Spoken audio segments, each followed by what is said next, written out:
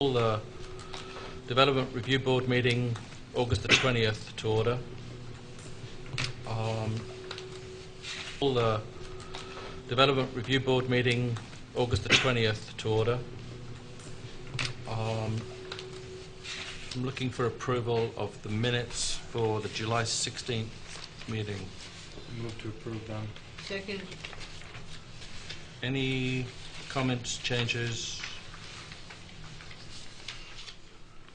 There's some highlights on the election of officers. Bushy made the motion and Jim Valenti seconded. Is that correct?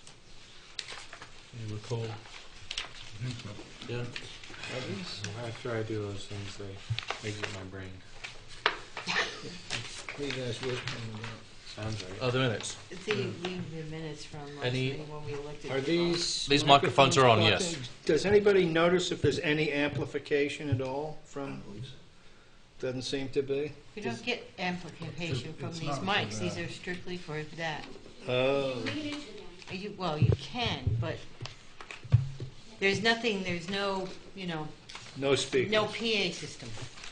Okay. Unless you want to all move into the other room and we can turn it Well, on. we could speak louder then. Any other changes on the minutes? Observations or changes? I have a motion. All those in favour? Aye. Aye. Aye. Those against? I abstain. Thank you.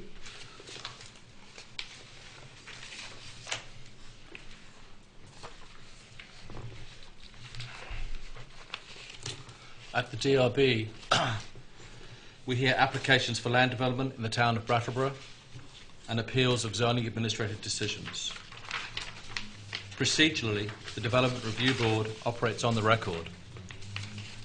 Broadly, this means that we take a clear record of testimony from the applicant and any interested parties and then issue a written decision with our findings. Applicants and members of the public should be aware that as we are on the record, this is your opportunity to comment and provide evidence relating to an application. In the event of an appeal of our decision to the Environmental Court, the Court will not take additional testimony, but will look at the evidence from our hearings, the regulations, and determine if the evidence supports this Board's decision. So I strongly encourage all of you to speak up now at this hearing. As we are on the record, we are going to ask that you affirm your testimony will be truthful. So would the applicants and anyone wishing to speak to an application please affirm the following. If you could stand and then...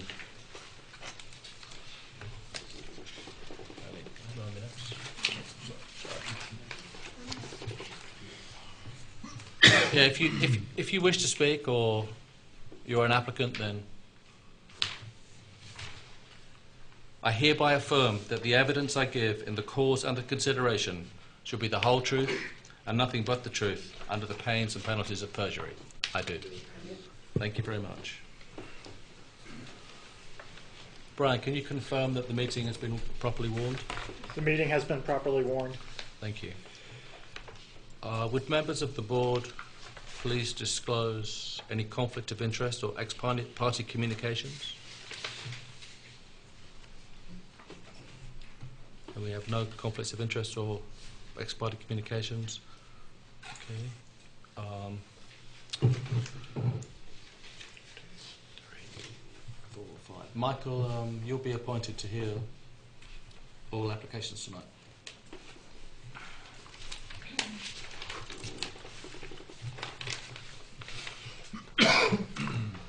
With the initial formalities over, then I open the public hearing and call application 2012-113 Commonwealth Dairy. Please come forward and tell us about your project. Yeah, to this table here.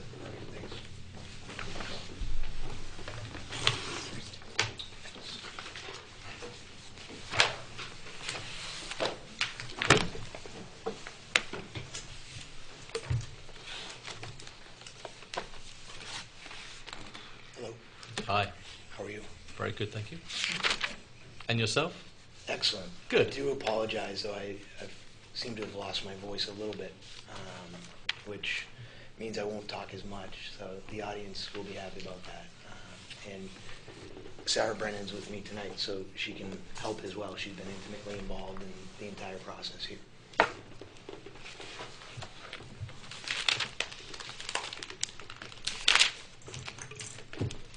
Tell us what you want to do. All right.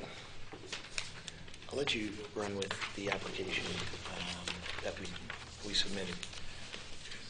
Good thing I assembled the application so I can refresh my memory on it. We propose to add 23,000 square feet to the west or rear of our existing facility. Some of it is for packaging and cold storage. Some of it is for new equipment, and a lot of it is for wastewater treatment equipment. And that's So The- we're some- trying to some become of a it. more efficient facility by this addition. We're lacking in a couple of areas: cold storage space, dry storage space. We're lacking in some of our process space, and certainly in the processing of our effluent, so both wastewater and whey, which is a byproduct of our production. So we're addressing those issues through this expansion. So will you have less wastewater? We'll have cleaner wastewater. Okay. So right now, we're actually pending for an additional new permit, and that'll allow us to flow more wastewater, but it has to be cleaner wastewater. So we're And, bringing- and that's into the, you have public or town sewer there? yes. And does that change the allocation? I mean, you're going to be putting more into the Right. into the So we're limited today to 25,000 gallons. Anything in excess of that, we truck off. Okay. So we have trucks that come to pick up the wastewater and take that wastewater throughout New England to dispose of. It's a inefficient, very expensive, and problematic issue that we have. So your wastewater will be cleaner. Correct. You'll get a permit to put more of it into the system, and That's you'll have correct. less traffic because of it. Absolutely. yes. Okay. I see from the application that, to all intents and purposes, the addition blends in and looks exactly like the That's correct. existing structure. Right. Are there any changes in elevation? You're not putting in a No. couple of extra tanks at, No, there are some tanks going, but they'll actually be under the roof level. And those will be balance tanks for our reverse osmosis that we're using to concentrate the whey byproduct, which is also going to have a very dramatic impact on traffic as well, because whey as a byproduct is now also trucked off the premise. It cannot go into the municipal system. It is taken to a number of different outlets: biodigesters, farms, and then underutilized municipal systems throughout New England. We're going to concentrate that byproduct about threefold, so it reduces the truck traffic pretty significantly. And it becomes more valuable as a feed as opposed to just dumping it into an underutilized system. So pig farmers and dairy farmers are very excited about the concentration.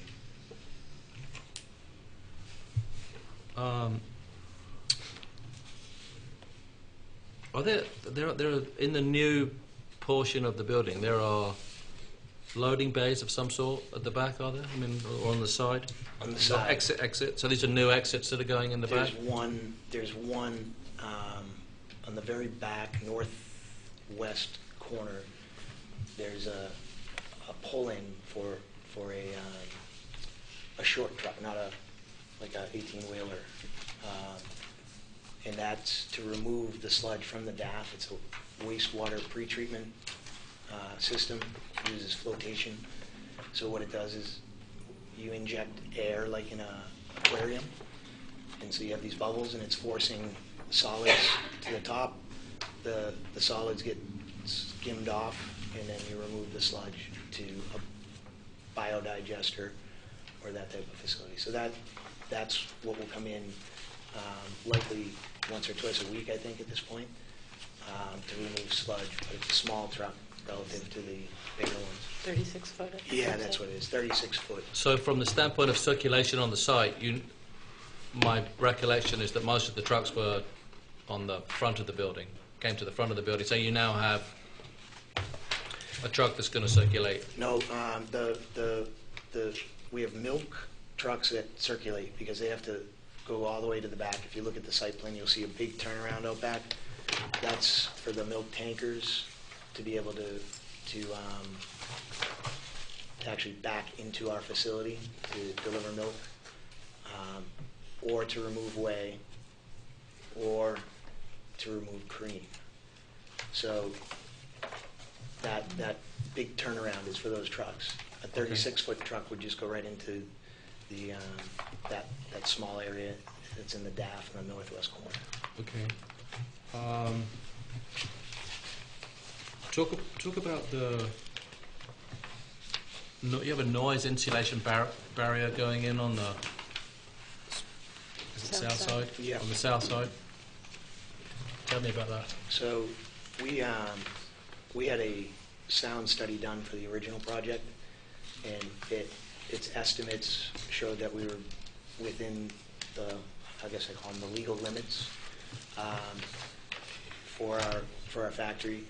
We commissioned another study by that same company to confirm or figure out if their findings originally were accurate after we've been operating, and what this addition would then create, if anything, for additional sound.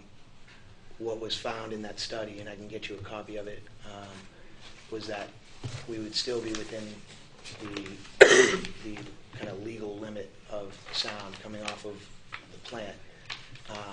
But because we feel like it's the right thing to do, we wanted to put in that sound barrier to further dull any noise that may reach down to our neighbors. I guess I should have rephrased the question, or not. I should have given you some more information. Is there any equipment or handling equipment or process equipment that you're installing that would raise the noise level to the point where you need that treatment, aside from being? No, I mean, No? what the study showed us was that we wouldn't need to do anything. We're Okay. within the limits. But we've chosen to do this because And the limit you're talking about is the 70 dBA at the property line. And it's 55 dBA during the day and 45 at night. That's the That's 55 from and the 45 active- is measured. Yeah. No, that's the 55 and 45 is what it needs to be at or under according to the Act 250 permit that we have. And the study that we just commissioned showed that we are in accordance with that. So the Act 250 criteria for this site are stricter than From- the town. I don't know Yeah, if they they're don't. basing Yeah, they it don't on get the to a. town. They I don't have a 70 at the property line regulation the way the town does. Interesting. Yeah.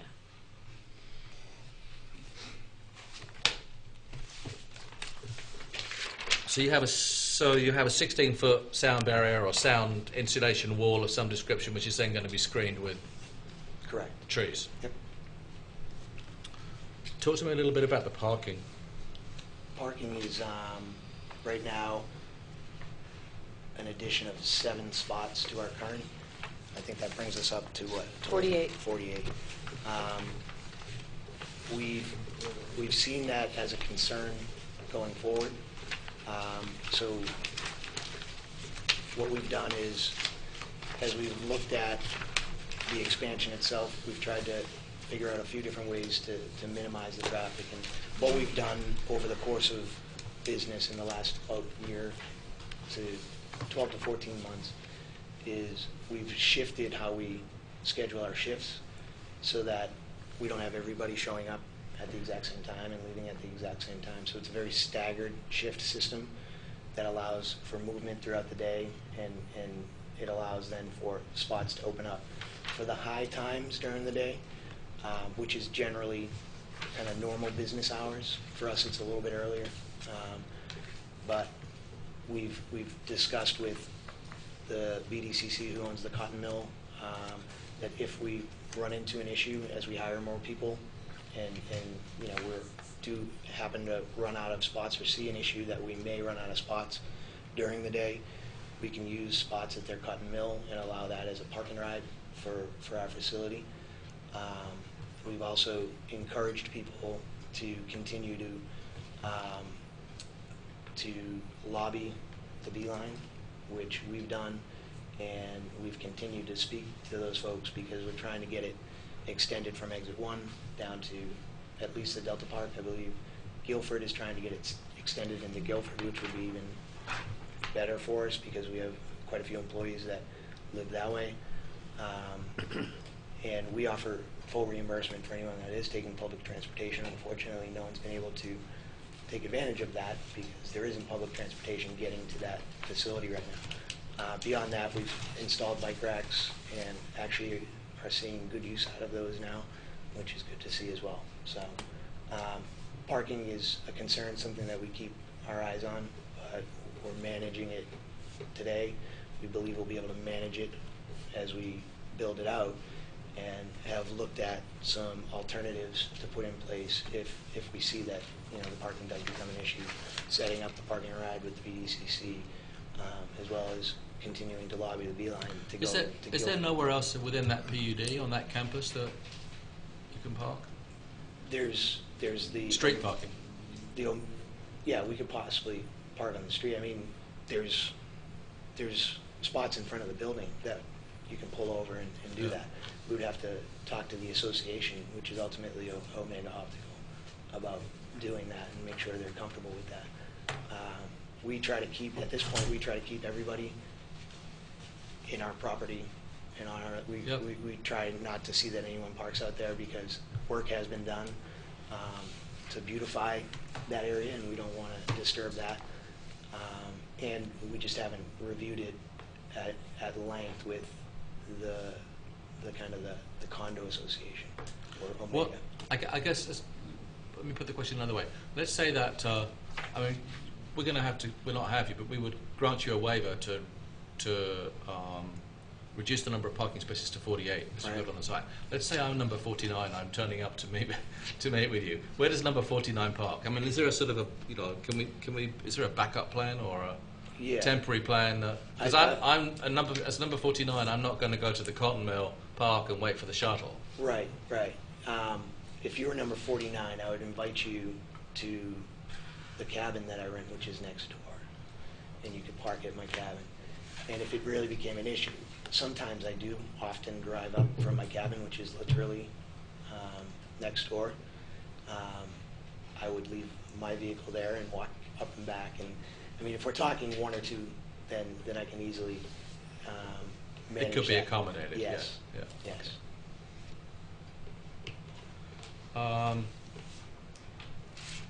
So really there are no changes to circulation. Parking is increasing by 7. The fire department access, we still have access to it'll the be back. maintained as it is in the Hasn't I think changed. it's a 20-foot buffer Yep. outside. And so is there going to be a road all the way along the back or a gravel That's right. driveway along the back for fire access? Yep. I think I saw that the fire chief might have asked for an additional fire hydrant on the back. Yeah, so I would love to talk to him about that, exactly understand where they're Well, he looking needs to put it. Yeah, because we have 2 that we put in as part of the original project, right in, in kind of dead center in front of the building, and then one on the north end. And I saw a comment about wanting to look at another one potentially on the northwest corner. But there is already one at the north end? Yes. Okay. I suggest you just discuss that with Absolutely, him. yes. Then, what about lighting? Is it the lighting around the extension? There is. Most of the fixtures are just being moved off the existing wall to the corresponding place on the new wall. And there are only 3 new fixtures that need to be added to accommodate the larger footprint. And no change in stormwater management? Nope. We're Same system, same plan. That's right. So we're still Covered under the Yeah, existing we're permit. under our permeable surfaces by several percent there. Yep.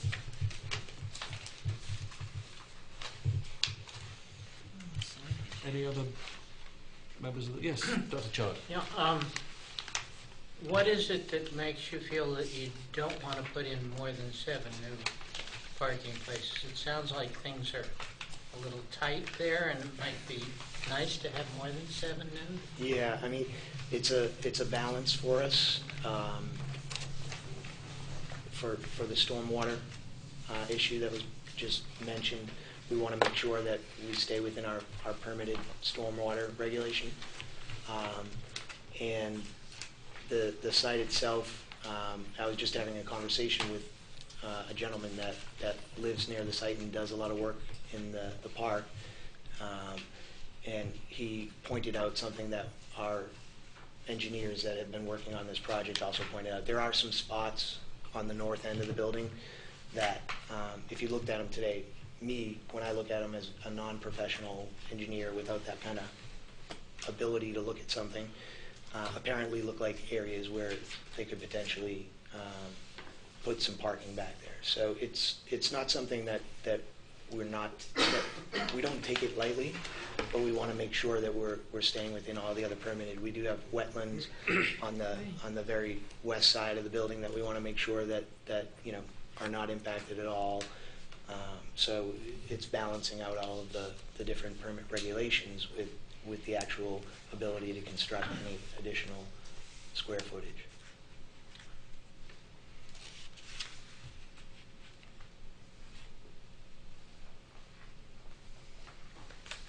Any other questions from the board? Would any member of the public like to speak to this application? What, were you planning to address the recommendations we got, the bike rack thing? Is that something we should be Yeah, considering? we have bike racks already, right? Yes, sir. They have bike racks there already. Are they adequate now? They are for now, but we'll continue to push people to Yeah. start riding their bikes over. Okay. There's a bit of a hill getting up Yeah. to our Yeah. factory, so Yeah. only the very Ambitious. Yeah. Leaving work is good. that's excellent. Leaving Yeah. You just got to kind of pray you time It's it right. downhill all the way. It's getting there in the morning. Here's a question here about snow storage. If the site plan show areas for snow storage, is that going to be a problem in this spot? Where's Dave? What do you do Yeah. with snow? Right here. Recommendations. We have for the some planning spots on there. That's what I'm looking at. Yeah. You would know. board. No, it's this Sorry, right I here, was just yes. referring to the gentleman that manages the snow removal. Yes, pattern. there, yes. We have adequate spots if it were to be significant snowstorms, and we'd like to look to transport it elsewhere if that was what we had to do. So what happens? I mean, we didn't have a winter last No. winter, No, but we didn't have a winter. in a real winter, you would what, push it out towards the back to the northwest corner. Well, yeah, that right now is where it would go. And like I said, there's still area beyond where the expansion would be that would still leave the travel lane for any emergency vehicles to get in there. And then if it were a significant winter like we've had in the past, then we'd look to find an alternative, just like we've done with our wastewater, have to find an alternative place to truck it. But we can't leave, we need the radiuses and the access to the site. The milk, even if it snows, the cows still give you milk, and we still have to process it. So, that's something that we can't let get in our way as far as getting it out of there and off the site to somewhere, an approved location for that. So.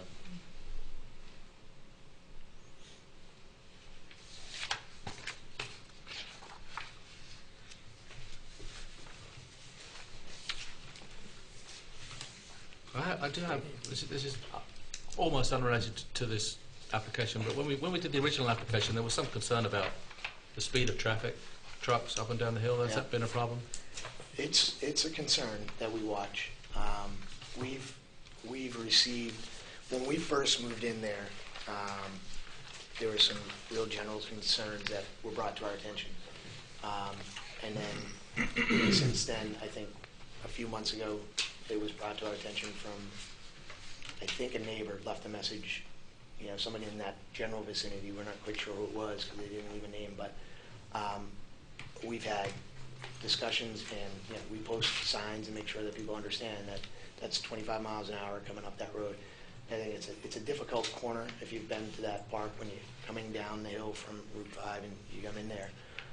But I seem to be able to manage it, and I think our people generally realize that they should be taking it slow, especially exiting the park, because if a milk truck's coming in, the milk truck's going to win if he's turning in there. And so we're actively discussing that with our employees on a regular basis to make sure that people are taking care with the 25 mile an hour, and trying to minimize any noise from trucks that are leaving the site. They don't use Jake brakes or anything like that. We make sure that they're all aware of that.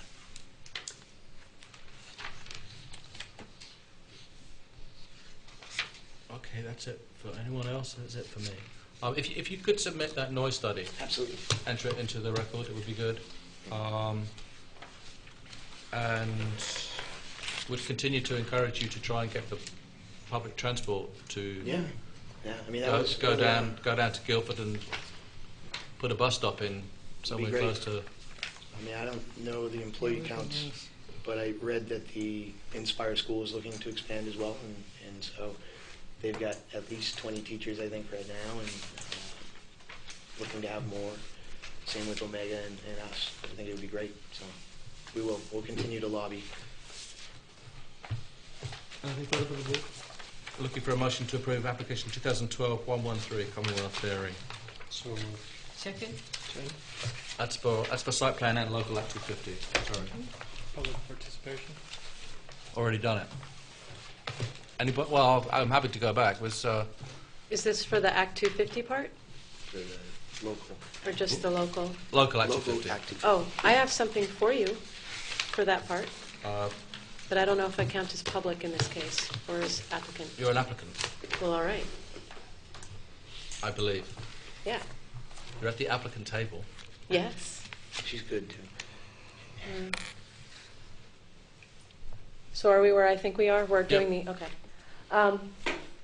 I was under some confusion over whose role it was to do this, so had I paid more attention, I would have gotten this to you ahead of time. This is a statement of our interpretation of how, I'm going to go sit down again, how this project is in conformity with the town plan. And because there's a new town plan that's being warned for public hearings right now, I did it for both the current plan and the new one. So naturally, it says that it's in conformance with the town plan. And there's no proposed impact on municipal facilities. We've talked about waste, we talked about water and sewer, and That we've got a letter from the school system. and the school system. There's a letter in the packet Yep, say that there will be no that impact. they're okay. So And I think the only other thing was where the conversation about the fire hydrant came up in was in the town department head's review of that. So my understanding is that otherwise there's no impact on municipal services.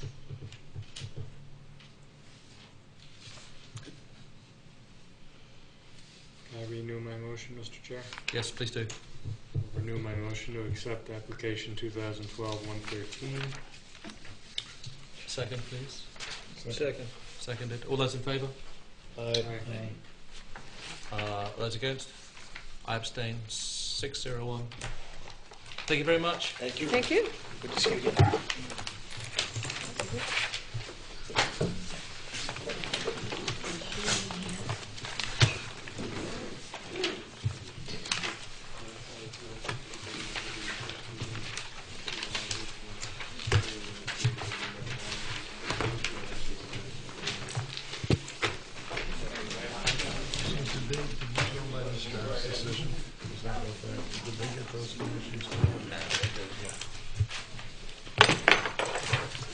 Thank you.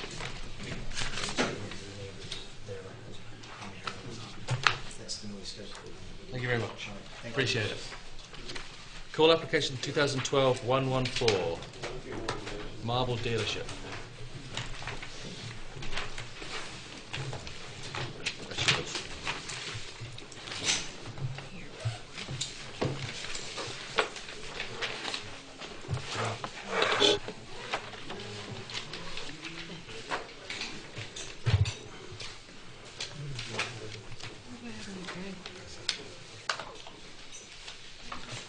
Good evening, Peter. Good evening.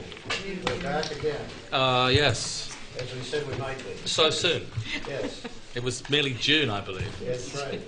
And as you noticed, when we were there last time, when we got approval for certain things, we said, but we might be back for something else, and there we are. What's being proposed is, A supermarket? yes, a supermarket for tires. A roller rink? Sorry. So, what's being proposed is to replace the current building on the site with a new building.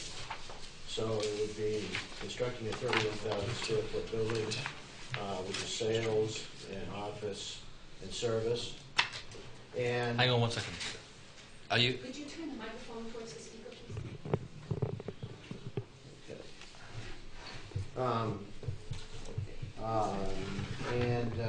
Sales service, similar to the car dealerships now. It'll bring it in conformance with GM's mandate, I guess, if that's the best word to use. And also make things a lot better for all the long operation. The intent is to keep the current building in place as long as they can, or portions of it, or they construct a new building, and then they'll tear it down. Once the other building is complete, in addition to that, there's changes, of course, in the parking layout, which you have some details on in a smaller sheet, which shows where the displays are, and customer service, and so forth. Also, all the lighting will be replaced out in the parking lot, the LED type lighting. That's partly because the parking now does not line up with the poles that are there and so forth, so they have to be adjusted, even though the lighting was fairly new that was out there before. As far as things like drainage and so forth goes, essentially the site is the same amount of impervious area. Just replacing blacktop with building or vice versa. And in fact, because there's a little bit more green, there is a little bit less impervious, but statistically, if I'm doing an analysis, there really isn't any difference. The landscaping, similar to what we got approved last time we were here, except for there is a little landscaping along the front of the building and the side of the building over here, where the customer entrances are.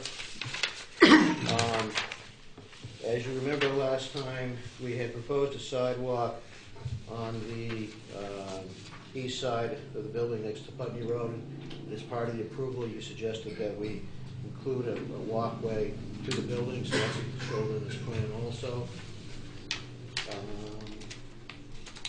And I guess that's the overview. If you've got questions, we certainly can answer them. Are the if I'm looking at the front of the building, on the sort of the service sign, even if the Yes. service doors has moved from Over here. from over there to the side. So is that where someone will drive in and deliver a vehicle, or That's correct. so that's as you that's know- service headquarters or the service Right. desk, or As you know, a lot of this service now with the new design is that you actually drive into a facility, get out of your car, and that's what this will be. You'll come in, there's two doors here for service, you drive in and be logged in for service and so forth, and they'll take your car from there to where it needs to go. The entrance stays the same in that, as what it is now, Yes. location, right? Right. The entrance for Putney Road is the same, and of course there's an entrance off Technology Drive. It stays exactly So from the that same. entrance, what would the flow be coming in that entrance to go in the service department? It would be up the center here and like this, And is that this? which is opposed to here and like that is, Yeah. yeah. So it's just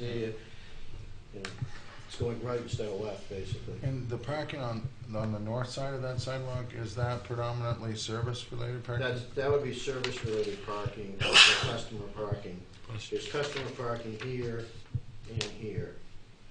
The areas here and along Technology Drive up to here are all related to sales. And the ones on the side as well? Those are related to employees and to service vehicles. Oh, okay.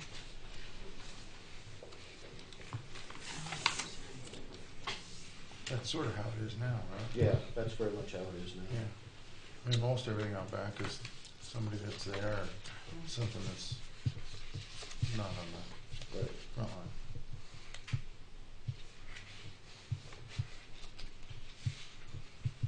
Will there be a change in distance from where the front end of the building is now versus where this one is? Yes, considerably. The front end is here. Now. See, now, this Yeah. is, obviously that's where it's going to be later. And where's the rear end now? in relation to Rear that? end is here. Yeah. For the actual disturbed area, there's a light line around this building. It goes like this. So the rest of that paving all stays the same. It's just that area there that's disturbed. Right. So paving outside of that stays the same, and That's you're just going to exactly right. blend in. What, Pete, talk about the stormwater management. It looks like you've got new dry wells and things like that Yeah, going we in. do. What we did, what's existing now is a system, there's a dry well here, here, and here, that then goes over and goes to a catch basin here and out into the municipal system. Okay.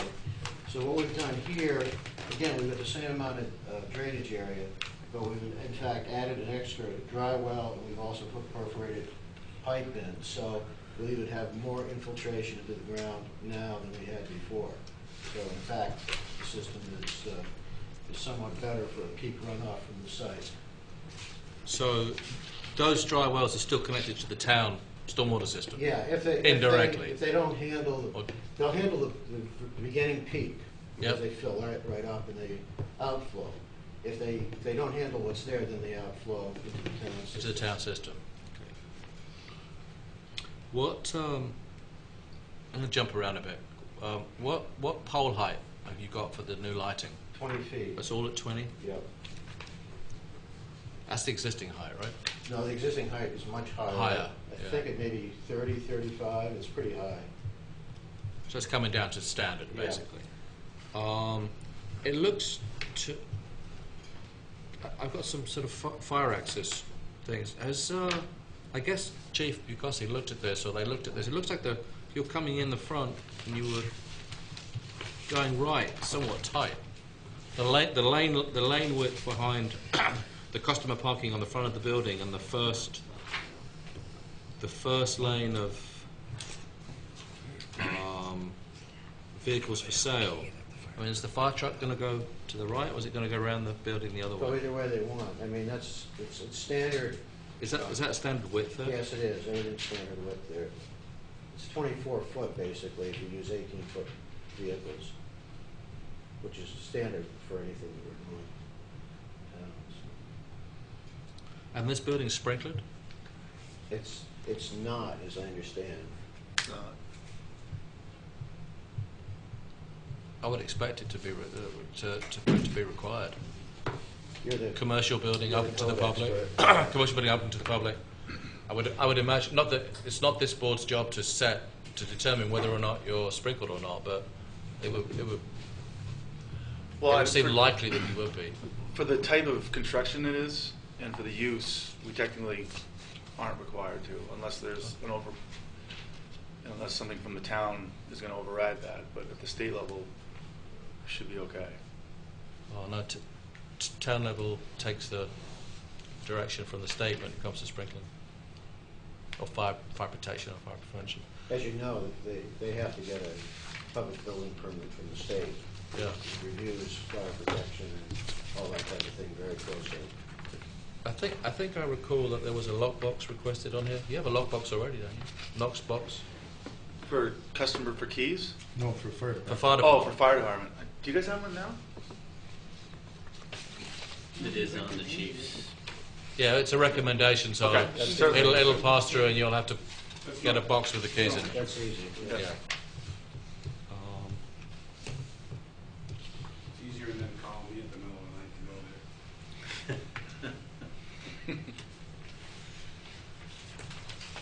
And the front row of vehicles, of sales vehicles, is 25 feet back from the boundary line. That's right, that's where we've got it marked out. Yeah. That's correct.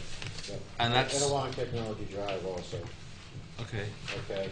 Now, the other vehicles don't have to meet that because they're not sales vehicles. They meet all the other requirements like every other place. the customer parking and the service vehicles.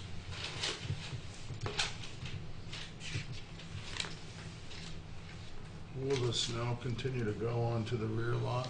Yeah, yeah, they own, you may know, they own the property here all the way to where Technology Drive comes around, so. I guess I'm a little bit confused on the demolition end of it. It says that the demolition of the old building will be undertaken after the completion of the new structure. That's right, in general. Where is in general? Does that mean you're going to do it, take the building apart piece by piece, or? Yeah, well, there's a portion right in this area that overlaps, okay? And I don't know if they've made a decision yet. Last I knew, we were still discussing whether they were gonna take down a portion of the existing building, Oh, okay, so or there they is a were gonna building. wait to put this service. This is the area where you drive your car in for service. Right. Put that on after this building goes down, so it's gonna either be one or the other, because they need to keep this building in operation while they're building that one. Okay. Just so they're, whatever. I don't It looks like what we could do is it's got beams across the building. So we have roughly 8 service bays deep in the back portion. And if we eliminate 4 of those, there's a natural column in the building. We could frame up a temporary wall, take the back portion of the building off, still be able to run the business and use the front portion, and then they could build the whole building at once, which would be more economical and a lot more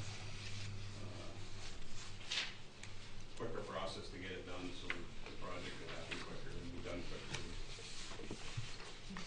It's a pre-engineered steel building too, so the project should go rather rapidly. Once you've got the foundations in, or Yeah, once the everything's pads set. in. Yeah. Peter, the photometric chart, again, I could be in the wrong application, but I recall that there's some areas in here where it's deemed to be high What we did is we followed or too high. it's not too high. We go over to that chart. There's 3 areas here, and you'll note in the table on top, up here, the outline, okay? And I'm looking upside down here, but in general, there's the area here out to here is lit at a higher level because it is sales. And then there's an area here that's not as heavily lit for service, and then this back area here for, again, service and employees, it's lit at a different level. Now, of course, what the ordinance refers to is the Vermont, let me get the title of it. It's this thing right here, the Outdoor Lighting Manual of Vermont Municipalities. Yep. That's what we followed for the design of the lighting here. And it's on page 36 of that talks about exterior sales and so forth display, and that's what we used to design this. As far as the sales area go, which is brighter than the rest of the area. Essentially, what it says is that the average lighting level should be 5-foot candles. And we're slightly, I think we're slightly less than 5. We're 4.9, and the average to min ratio meets 4 to 1. We're 3.3 to 1. So it's a good ratio. What would the planning department notes state the following? And I'm not familiar with the details of that document. Although they refer to it, the Lighting Manual for Vermont municipalities. It says, comparing your plan here to statistics shown on sheet 3, the manual recommends a uniformity ratio of average to minimum no greater than 4 to 1, and average horizontal illuminance at no more than 5-foot candles. You're saying you conform to that? Yes, we meet that.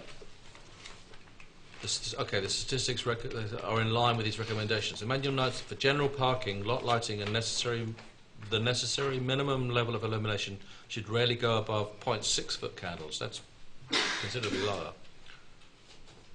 the statistics on sheet 3 indicate that the minimum foot candle for the employee parking service entrance is 1.7, and they're suggesting it be reduced. I think you'll find that we meet. Are you at 1.7? I have, without these magnifying things, I can't. I have great difficulty reading it. We are, It's in the parking lot at night. Yeah, it would be impossible. We're really only referring to employee parking and the whole rear end of the structure. The lighting at the front, I think, is conforming. We're at an average of 2.7 with the ratio of 1.6 to 1, which is very uniform, almost unbelievably uniform.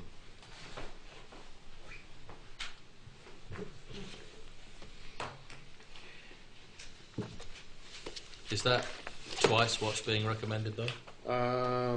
If you're at 1.7 and 0.6 is being recommended. Who's making the recommendation? Just a comment from that manual. I think The for lighting manual this for Vermont. manual, we were I don't have the whole manual with me.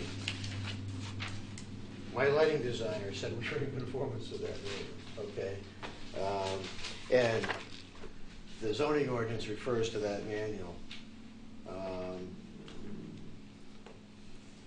Okay. Okay, I mean that's. I'm not going to labour it. Just trying that's not exactly trying to understand. right. That's not exactly right. I mean, the manual, for example, recommends 3 for street lighting.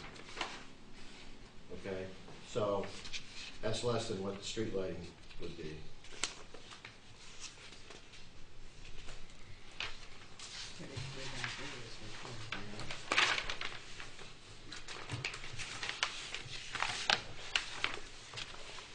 Can you talk a bit about landscaping? Sure. It's the essentially the same landscaping that you approved 2 months ago with the additional junipers along Putney Road and the additional trees along Technology Drive. The only other additional landscaping that wasn't before, didn't exist on the other plan, was in front of the building. And again, this is mostly low party type, plantings and so forth to dress up the front of the building. What are there any tall trees in the front? No, there can't be. There used to be, but the power company came through and cut them down. If you remember, we talked about this last time, is that's where the power lines go through. They're very dense. Dense power lines? There's a lot of lines in there. So we can't put on the front here trees per se. There's a power pole here. There's a power pole here and one here with the anchors and so forth. So I don't have a picture of it. So is it overhead lines or underground overhead. lines? It's all overhead lines. There's nothing underground there. I wouldn't dare tell you there's no. No, power but there's no power running underground, right, or not to my knowledge. I don't think there's any. and with a 25-foot setback, you can't get back behind the power lines because you're bringing the front row of vehicles to the 25-foot mark, and everything in front of that to the sidewalk certainly is landscaped or is grass or something, There's no space in there, but jiggle something up between the lines. I don't know. I mean, they cut trees. I think that's the problem is once the tree grows, it grows out, and they come along and they hack them. hack them, and then they look like they don't look very attractive anyway. And it's kind of detrimental. I'm just thinking of It's a little bit detrimental to what our business. I mean, our whole livelihood is, customers Front line. seeing our front line. Yeah. Well, I mean, if the power company's gonna cut them down, shouldn't they consult with them first?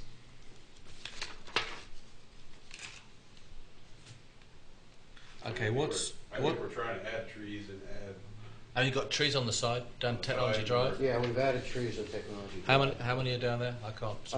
There's 5, 7. Yeah, there's 5 in there. There's actually some trees already existing back in this area, here and here, and I know there's some between the property lines too. Are those are new trees? They're not existing. No, they're existing trees. Those, one of them The is 5. new. Oh, are they? Okay, All the ones down the line, I think you put in a new. okay. But these out here are existing. According to notes I have here, the tree advisory board suggested 7 instead of 5. Don't know. I don't know what are they? What's going in? Maples, red oaks. Let's look at the They plan. are, over here. Would you like to borrow mine? American Yellowwood and American Elm, or Princeton American Elm. Oh.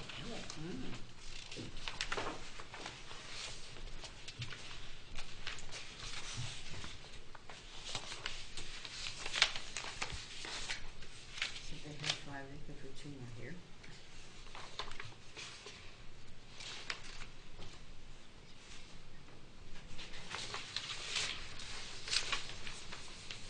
Talk to me.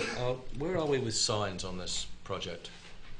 We Well, have a sort of what- what's changed on the front. What's changed with any of the others? Okay, so what we're asking, or we're saying we're going to accept what you approved 2 months ago out front. Okay, I did put it in this application, not knowing whether, because we're changing things, we needed to put it back in. But I put it in the application, the same application we did 2 months ago, which you approved, which was keeping this sign, this GM sign, the Chevy and so forth on it, as it is. This sign here is being replaced to be a conforming sign, size-wise, with a changeable type sign. Okay, that's what you approved On the last application. in the last application. And if that's you remember, I That's specifically. included in this application. It is, and I specifically asked before I left, if you remember, that if we came back, Yeah. that it would be treated. Whether the we would same. cut you again. Yeah. I know. This is a different application, though. It is, but you told me. This is a what you call it? I would say this is not a facade change. This is a major. That's right. This is also almost start again, isn't it? Greenfield, whole new building, change of everything. What's on the face of the building? Though? On the face of the building is the same as Well, it last looks time. the same. Yeah, It is. I mean, I yeah, trying to remind Exactly myself. the same. Just bigger. Just bigger. Where are all the The signs are large the and same, square though. foot stuff? The signage is completely, exactly the same.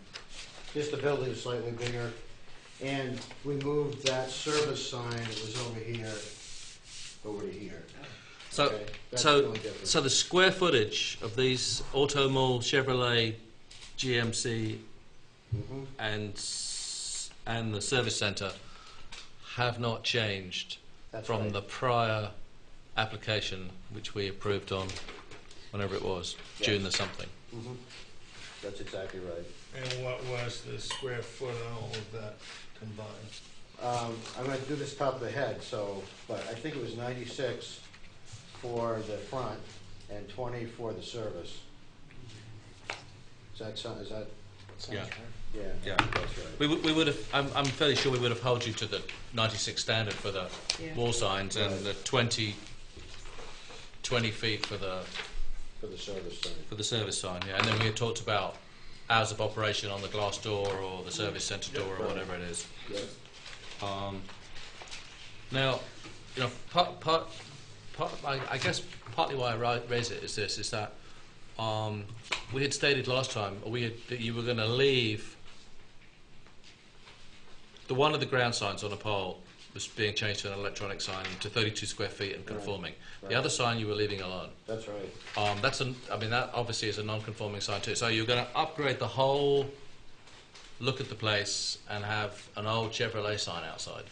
Yeah, it's a nice looking. It is? place. Okay. I'm just letting you know that. GM redid the sign when they changed all the franchises, when they got rid of Pontiac. Oh, so it's relatively recent. Right. Okay. So they actually, I think, technically own that sign, so they maintain it, replace it on a regular basis. I don't think they got a permit for that. Oh.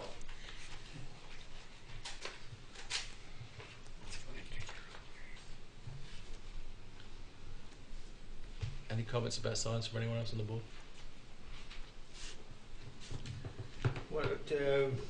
So there's 116 feet on the building? Is that what we're saying? Correct. And there's 32 more on the street? No, there's 2 times 32, or 32 plus something. I can't remember. 64 on the street. There's 32 on the new sign. On a this site has 2 ground signs. That's correct. And One ground sign was, both of the ground signs were non-conforming. How- How non-conforming. far out of compliance is this from our regulations? It's 1 pole too many. One pole too many. And why are we leaving it there? Because it's pre-existing, and what we're doing is we're bringing it more into conformance with the regulations, which is, again, pretty much standard practice. Was it reduced? Did we reduce the We did. non-conformance? We reduced the non-conformance was reduced in one of the ground signs. Was not reduced. It was brought in. It was made to conform. That's right. Actually, let's not talk about reduction. We made one conform. And if there is ever another change, Well, technically there can't be another change. Well, the only thing it could be is... They could remove it. If they wanted to, if they, again, you could come in and do request a smaller sign, more in conformance, to make it more in conformance, but you couldn't keep the same, change it and keep the same, I guess, right? well, that's right. But that would If be you the electronics. if you wanted to, Spoon, I'm happy to read our last decision to you if you want. Well, I understand we're probably sticking with our last decision, but your point was well taken that this is a completely new building. And why are 2 street signs necessary?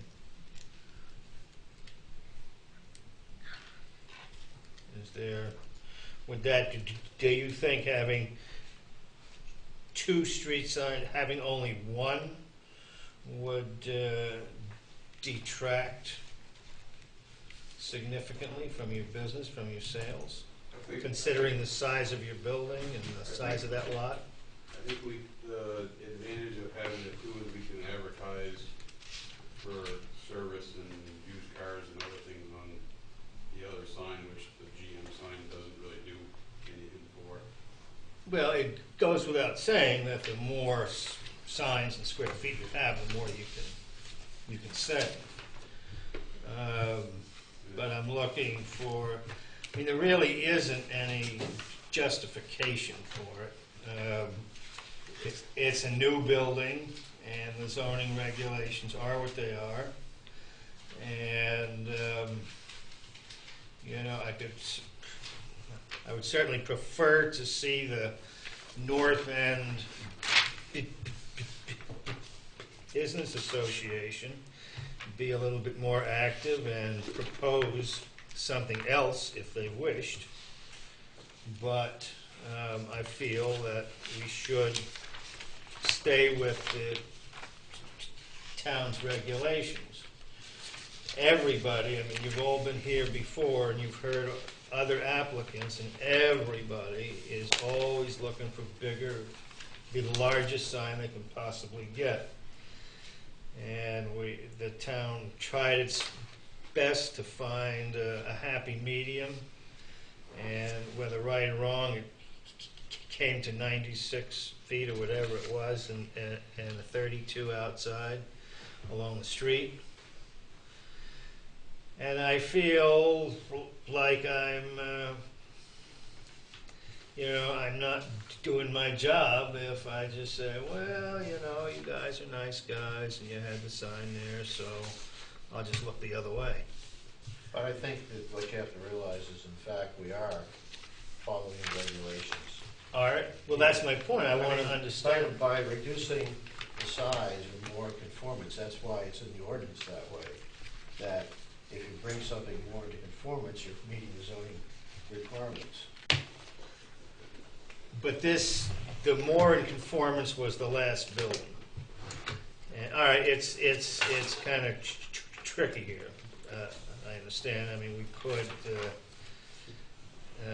normally when we say signs are replaced or there's new construction, it's a new application, and you go halfway to conformance. And that would be to reduce one of the street signs from 32 to 16. No. They reduced. I can't tell you what the size was now, but one of the street signs was brought into conformance completely.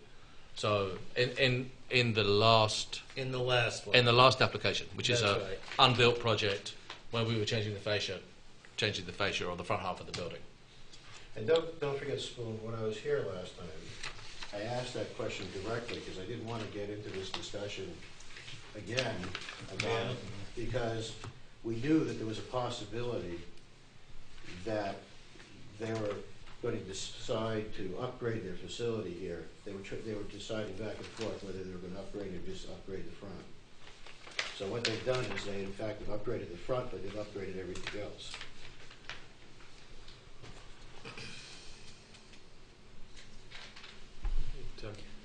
Yes, Brian. Sorry.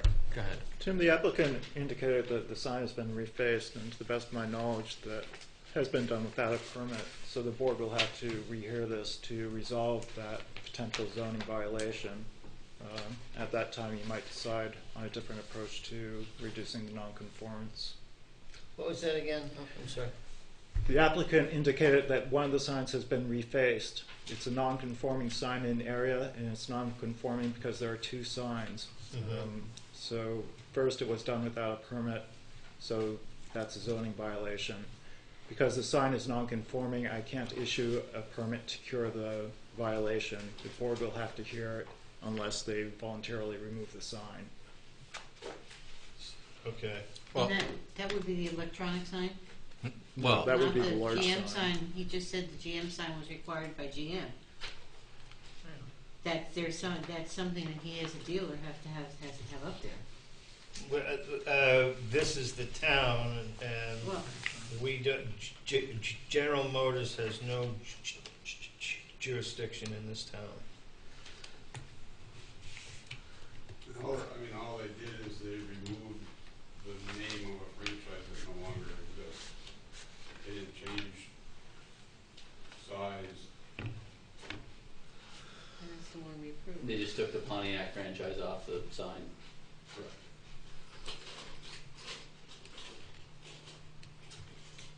And that, from the point of view of zoning, that means if I understand, a sign has been changed.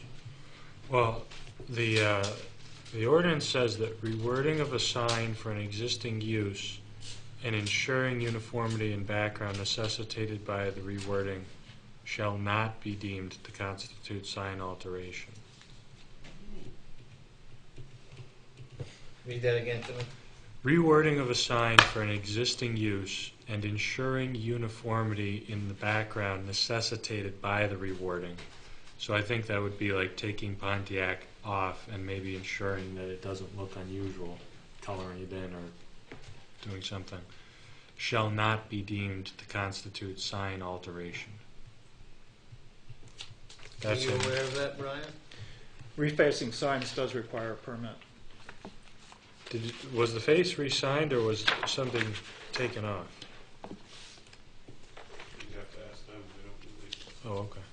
I mean, So, It's nothing we contracted to do or. yeah, so it was the zoning administrator's observation that the sign was refaced. And of course, Well, no, that's, that's- Well, he didn't observe it, he just assessed that based on what he just said. He didn't go out. That's correct. He's not saying he oh, observed it. I see. He's just saying he took it from his statement, so, and really, it sounds like James's reading of the ordinance there sort of would cover taking Pontiac off and reshuffling the letters so that the white space didn't look goofy or something like that, if that's what Actually happened. actually happened. Yeah. If it isn't, and they took the whole thing off and put Porsche and VW Audi on there instead or something, then I guess that would be. I think just to summarize where I am on this is that what the board potentially has to decide is they were before us with another application for change of facade and upgrade to the site, partial upgrade to the site, some in June. And at that point in time, pre-existing non-conforming signs, we, the board, stipulated that one of them would be made into conformance and that the other one shall not be changed. If at some point in time the other one was to come back before us for change, the likelihood is that we would ask for it to be removed. Okay, we'll just go, because it's, you can't bring something into conformance that shouldn't be there in the first place. So that's where we stood at the beginning of this application here. Now we have a situation, we have an application where you could view, Spoon, as you said and I mentioned, that this is a complete redo of the site, and as such, as a complete redo, although they're holding blacktop and they're holding a number of portions of it, as a complete redo, you may request that they come into complete conformance. That's for us to decide whether you wish to have the applicant come into complete conformance or to follow the normal practice of going 50% of the way to conformance And as a pre-existing condition. you are recommending that we use the 50% that we accepted in June as the 50% we would. I think we asked that because I didn't think we wouldn't have brought the plan to you in June, knowing that we may go in another direction if we thought we were going to get penalized. Yeah. Unfortunately for you, since the time you have been here, we've had a slew of signs along Putney Road that have really rankled the board and perhaps abused the zoning ordinance. And so perhaps you are feeling some of the fallout from that now. I think the other thing, if you look at our whole project, instead of coming back with the same extreme non-conforming lighting, we've made concessions which are going to be quite costly to make our lighting conforming. I guess it really comes down to the definition of, new construction and alteration, because the other proposal we had in front of you, it may seem that it was just a refacing, but it was actually taking off a good, percentage of that entire building, demolishing it and rebuilding. So it's kind of that age-old question of what's new construction and what's alteration. I mean, obviously this is completely new construction, but the last one was significantly new construction as well. So I think we're hinging on that. If I'm understanding your concerns correctly, it sounded, because this is entirely a new site, you're saying the conformance issue, but the last project was a pretty extensive build out as well. I mean, the entire front of that building was being demolished and replaced. How do the rest of you on the board feel about this?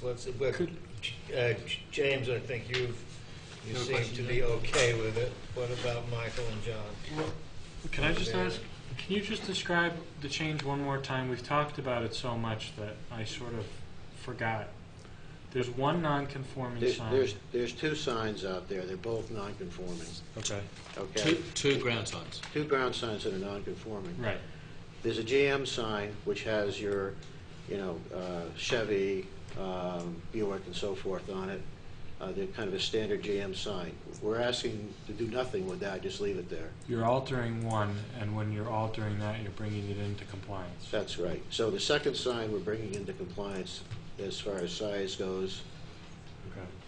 I mean, I think, Spoon, that the ordinance says that they, no matter what they're doing to their building, and I could be wrong about this is just how I read it, they would only have to bring the sign into conformance if they changed it, change the actual sign. But it says that any legal non-conforming grandfathered sign associated with an existing legal use may be continued and maintained. And I saw the thing as rewording, personally, but that's me. I guess if you won't let us bring it into compliance, we might as well leave it as it is, which is much bigger and much uglier. Well, no, you don't understand what I'm saying. I'm saying if you're changing one and bringing it into compliance, which I think is okay under the ordinance, and if you're not messing with the other one, I think that it falls under the grandfathering provision. Yeah. It's also okay under the ordinance. Yeah. But that's my reading. I concur with that. Brian, yes. As I've said previously, I'm no great fan of signs, and I would love to see signs reduced to as close to nothing as they could be. But, and if in fact they were moving, they sold the agency and Volvo moved in, I would feel very strongly that the signs all had to be in compliance. But it's the same business, even though there's some new construction of the buildings there. So I'm sort of willing to cut them a little slack on keeping the signs as they had been Brian? previously. Sure. I think procedurally, well, the board can in fact approve the sign and say that it's not an alteration, given what James has just read out. I can't issue a permit. So procedurally, the board should recognize that there has been an alteration of that sign that doesn't trigger nonconformance, and make that part of the permit. Okay. So, could you repeat that, the last part of that? I didn't quite follow. Just okay. We're going to bring this. We're going to bring the because there's potentially, or there was a change to a sign. We're going to, in essence, approve that under this permit. Yeah, the permit requirement is stricter than the grandfathered conformance is. So you need a permit if you reface or change an element of a sign from me, but the board can grant a permit to a non-conforming grandfathered sign if text has been reworded and not consider an alteration of the sign. Gotcha. So you guys have the power to issue a permit for that rewording without requiring further conformance, but I don't. Gotcha. Or a zoning violation, and then an appeal, and then them coming back to us. Exactly. Which eventually, I mean, we can take care of that. The are we done with signs for a second? Let me just ask one question.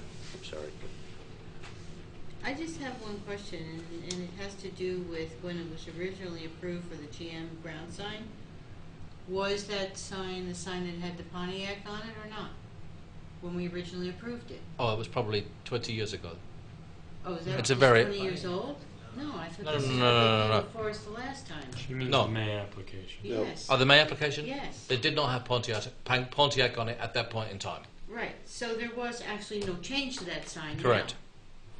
That sign has remained We approved unchanged, and in June we permitted them to leave it unchanged. Right. Okay, I won't, Just, it is just all that important. I'm not going to make a motion, so. Tim, We can, yes, I Michael. just had, We can what's the square footage of signs now on the buildings and poles and such? Do we know what that is? And what's the proposed with the new building? For the new building, it's 96 square feet for the signs, Mm-hmm. and plus a square foot service sign on the building. That's conforming.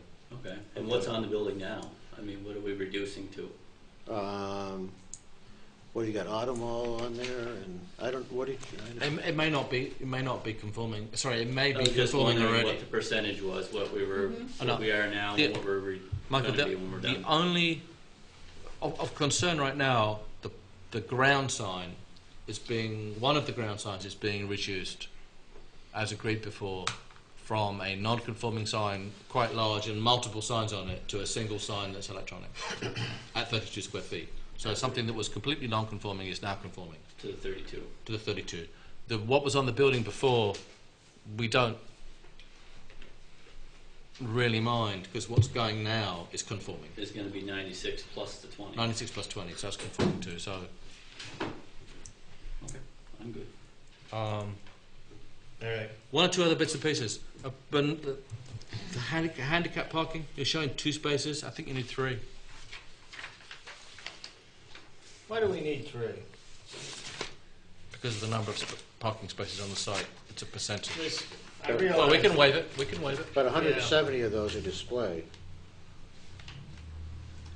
I would like to waive that, just on the general principle that, how many people, how many customers are there at any given time, and whether they need 3 handicap spaces at any given moment. It's a function. Ryan? That ratio is determined nationally by the number of people who actually do need Right. handicap spaces. The board might want to waive it, but I think it's generally applicable across populations. In Vermont, we're actually an older population, so the ratio might be a little bit on the conservative side. Well, I had that thought that there probably was some ratio. I also, all right, I mean, it's not, I guess you can just put a handicap sign in there, but I find that there's just something about an auto dealership with just trying to imagine how many customers are there at any one time, and then thinking that 3 of them would be handicapped. How often do you think that happens? I'm not sure I've ever seen it happen. You've probably never seen it happen. I'm not sure we usually see 2 of them. Yeah, all right. But I mean, I don't think it's critical to us one way or the other. Making another space handicapped isn't going to I'm not change your gonna- plan. You're probably not gonna ticket them if somebody non-handicapped parks in it, I'm right? not gonna get excited about it. Right. If you wanna So you say can that. just mark one more space handicapped and it's all good, right? Yeah. Paint another one, and that'll be that. Okay. The last point that I wish to raise anyway is the town engineer has noted that the sidewalk you're proposing on the front should be 5 inches and not 4 inches, and should be a different kind of concrete. 5 feet. 5 feet wide. Okay. 5 No, inches. no, no, 5 5 inches deep. 5 inches. 5 very inches small deep. feet, It's yes. the depth of. 5 inches You sure deep. you wouldn't say 5 inches? You know. He's 5 inches deep, not 5 inches wide. We can do 5 inches wide if you like, but no, it's 5 inches deep. He's looking for Class B concrete and 5 inches in depth. For elves. I know. Any members of the public wish to comment on this application? Any other questions, members of the board? I got one question. That sidewalk that comes perpendicular from the street sidewalk up through the center, headed towards the front door, whatever that, is that going to be raised, or how will it stand out from the rest of the? Will it just be? I mean, it shows in the plan painted on it. That's what the intent was, to paint it. Will there be curbing around that though, or nothing? Right. So it'll be all, for the purposes of snow removal, it'll all be clean, so you can just That's wipe the right. whole thing clean, right? Exactly. One thing we could do, if you felt more comfortable, and this is the way I had it drawn up originally, is I actually had it going in between the car spaces, so there was some protection. Just going between the car spaces here Yeah, well, on this print, or did that change? Yeah, look, there's a space on the outside. I think he meant maybe up this travel There's no lane, space right? here. He meant more up the travel lane than instead of in between. yeah, them. actually, was the way I had it originally. Has it changed? It's changed to be, On the side? oh, that's actually, okay. That's the way we had it. All right. The other way we had it was to move this space over and have it on the outside here. But I sort of thought this gave the public more protection because there was a car parked there, a display car essentially. Does it make it, is it more difficult if it snows? Well, what they do, as you probably know, is they move all the cars down one way, plow the whole thing off, and then move them back, and so it's a lot easier if everything's the same. Okay, any further questions from the board? Looking for a motion to approve application 2012-114. Did they get a copy of that draft? So moved. Second. Moved and seconded. All those in favour? Aye. Aye. Those against? I abstain. 601. Thank you. Thank you. Thank you, guys. Thank you.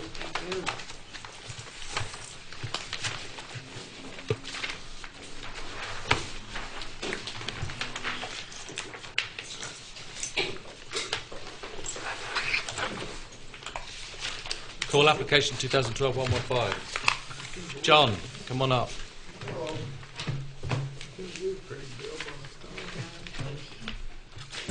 Was he sworn in? No, he wasn't. Did you hear that, Tom?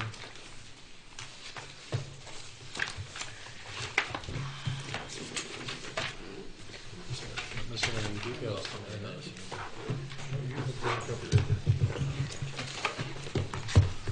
John, you actually you got to turn that around so the TV gets it. Okay. And also we need to. You weren't here at the beginning, right? No, I need to get We need to sworn swear you in. Yeah.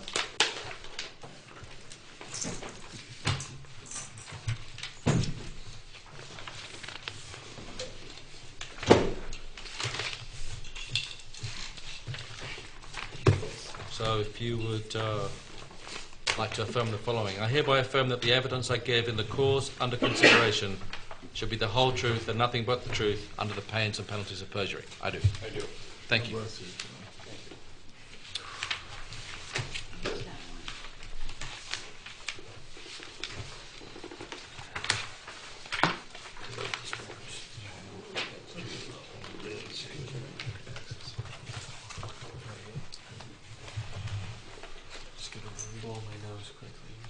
Yes, please excuse yourself. So, made a difference. The you came before us, I don't know, maybe again in June. I could be wrong, and we did concept approval with you for a PRD, and we made some suggestions to you. And you then came back and did a subdivision with us last time around, which expanded the amount of acres you had. And now you're back for preliminary plat. Yeah. And the plan has changed somewhat. Yeah, we took your advice, all good advice, and we reworked it and took some houses out, took some roads out, and cut it closer to what you guys thought would work better. One of the things was the green space, community space, and by adding this big parcel here. One second. Would it help if he was behind the pictures? Yeah, if you don't, I'm sure you. There you go. So, originally, when we last came, we only had the parcels right here. And there was more houses and a couple more inner roads, so it really took up a lot of the space we had. The board was concerned about enough space for people to do activities and green open space for different things. So, and they were also concerned about having a second means of egress in case this road got clogged up and someone needed emergency services. So what Laura and I did was we purchased an adjoining parcel, so we more than doubled our land, and this parcel also came with a right-of-way through World Learning's property. And we have met with World Learning and sat down with them. We've actually walked the property with them and their attorneys, and they're going to sign a letter to us that they understand that we do have full rights, a full right-of-way. We can pave it, we can maintain it to Brattleboro town specs if we want, and they have no problem with it. They're very, very nice. So they're going to give us that in writing, which we'll turn in with as an exhibit before we're done with the final plat. This acreage here, we're just going to leave the cornfield. It's all prime ag soils. It's from the highway. Everybody loves it. We're not going to touch that. None of this will be touched or developed. But there's nature trails here that go all the way down through here. They're almost level. They're 8 feet wide. They're old roads. They go all around the perimeter and down through the cornfield and up through here. You can go out through SIT's land and down through here. So it opened up quite a bit of more recreation space for all kinds of biking and hiking and cross-country skiing and things like that. We also took 7 houses out, took the inner roads out, and created a big common space in the middle here with shuffleboard courts. Now, just to give you a perception of what we have here, this area right here is about 3/4 of an acre. That's I think close to a football field. So this is a pretty big area of lawn. It's almost flat. There's several other small gathering areas around, several other flat green areas for, lawn activities, stuff like that.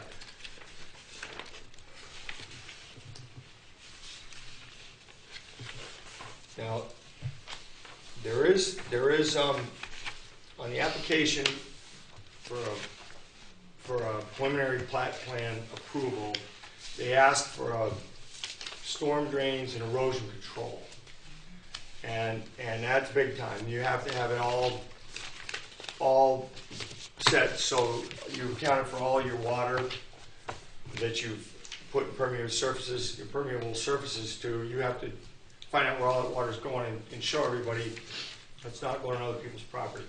Now, I didn't give you a final storm drain and erosion control plan. I gave you a plan that will work. I gave a topo that was shows close to what it's going to be. The reason I didn't do the complete storm drain erosion control plan for the town and fill in some of the real fine details of the utility depths, the landscaping details and types, and the sidewalk details. Those are all interconnected with this storm drain plan, and they're all dictated by the storm drain plan. Now, the storm drain plan that I could submit to you, you could approve. They're in the tens of thousands of dollars. So they're very expensive, especially on this particular site. There's the interstate, there's a Crosby Brook issue. It's going to be an expensive storm drain plan. If I got that done now, and I did all the fine details with the engineers, with all the utilities, and I got my permit tonight, and I took that permit, which I need to go to the Act 250 to get their permit, if they scrutinize this plan and they change it, I am back at the beginning. I spent tens, maybe, lots of tens of thousands of dollars to change it all around. So what I gave you was a plan that will work for storm drains. The landscaping plan is vague. I just did it to illustrate that I'm going to do a lot of nice, beautiful landscaping, a lot of privacy stuff, a lot of bird sanctuary stuff, a lot of, trees up the roads, whether they're red maples, red oaks, or red birches. I don't care. I'm going to meet a landscape specialist at the end just once. I don't want to meet him 5 times. This stuff is expensive. And he is going to help me with this. And we'll do a real landscape plan then. But this shows the illuminations of the lighting, about where I'm going to put it. Again, I have to sit down with a lighting specialist. And he's going to draw us, plans with Efficiency Vermont. If we do all that, and then Act 250 changes my plans, I start back over with him too. So what I'd like to do is I'd like to get an approval tonight so that I can pursue my Act 250 storm drain and erosion plan, even if it has to have a contingency that I'm going to meet all the state requirements. They're more stricter and more stringent than the local one would be. So it's going to be way over and above what I think you guys would be happy with. John, you are going to have to provide a detailed stormwater management plan for Act 250, regardless. Exactly. So,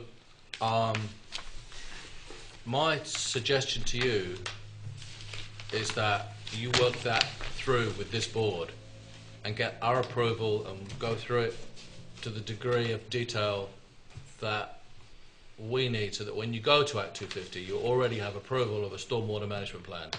It's not just roads. It's not just you know, where the drains that connect to the town ultimately or might connect to the town go. It's the whole water management, stormwater management for the entire site. The we have a stipulation on the face of it that there should be no net increase of runoff off the site. So this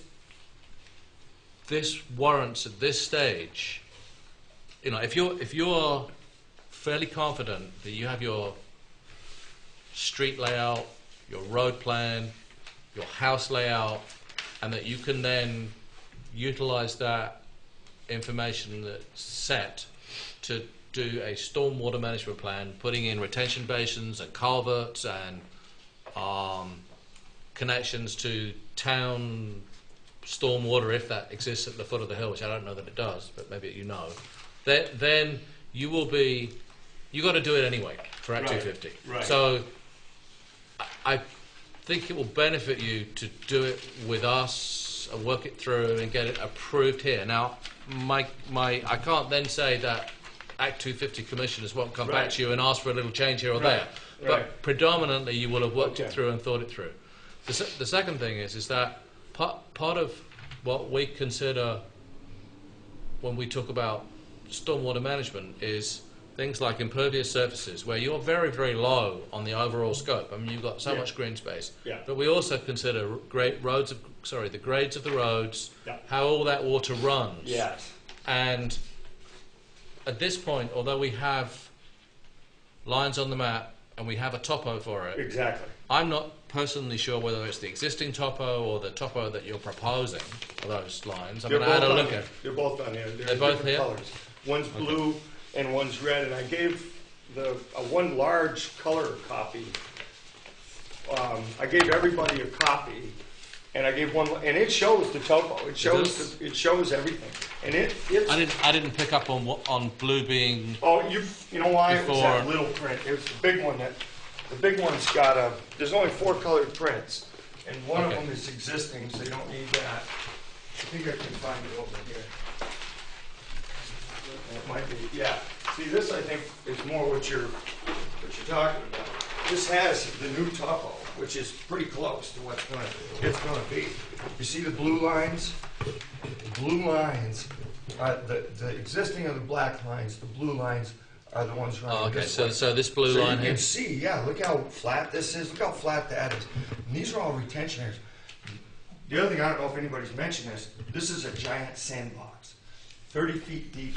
There's not a pebble the size of a Phoebe in the whole mountain. I don't know where it came from. It must have rode down on a glacier or something. I don't know, but it's unbelievable. There's not going to be a stormwater drain problem on this site because it's a big sandbox. We dug probably 50, 60 test pits. Never even hit a pebble. We went down as deep as the excavator would go. Okay. So that's sort of a storm drain plan. My guy told me this will work. He said, I did this by hand, but it's nowhere near as detailed as what you're going to have. He said, that's going to take me a month. So I'm thinking. Well, I certainly am going to suggest that you take the month and come back with that detail worked out. And that's something you'll have to do anyway. It's something which you'll benefit from our comments at that point. And at the same time, one of the other areas I feel where we could do with more detail on is the grade of the roads. I mean, it states in here that you're no more than 8%. 8%, I mean, it's not 8% all the way up there, but it's what we would typically look for is the slope of the road, a section through the site. I mean, particularly I think the top, when you get up the top, It's you're in flat. the topo, I think. It's all in the topo. I didn't see it. It's 8% and 4%. Some places are 2%. But if you could have Phil, is it Phil Saville Yeah, who's doing this? yeah, Have yeah. Phil, I mean, show us the cross section of the road going up. At this height, it's Right. here. This height, Right. it's here. Then it gets Right. steep, and then it goes flat, Right. and then it gets steep. And I'm going to have a culvert come across here to deal with the water that I'm dealing with. From a sort of, even though we're not truly doing a subdivision here, but the subdivision regulations are what govern what we look at, and that level of detail is still not with us. Yep. I mean, I'm not. It's not. Don't. I know. I know that you stated that you hadn't done it, and that's quite clear. My concern, and maybe it's not even a big concern, I think you might be able to answer this, and I was told that the state Act 250 weighs heavy on you guys' opinion, that you have a good reputation, and that if they see something you've approved, they're happy with it. It's pretty much good enough. I don't think we could definitely state that. No, but I heard do.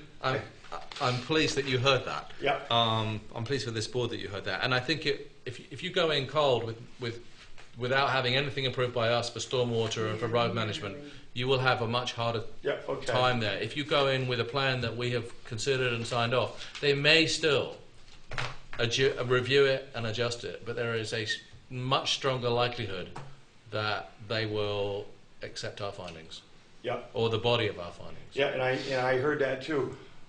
My concern was, but probably it isn't the case, was that I would do all this and then get everything dialed in, and then they would take it and say, "Oh no, I want that hill over there," and then I'm back at square one, and huge financial burden that way. But if you think that it's going to be pretty close either way, I don't think it'll happen. I think the most important thing is that you're set on a site layout and you're set on your grading plan. Yeah.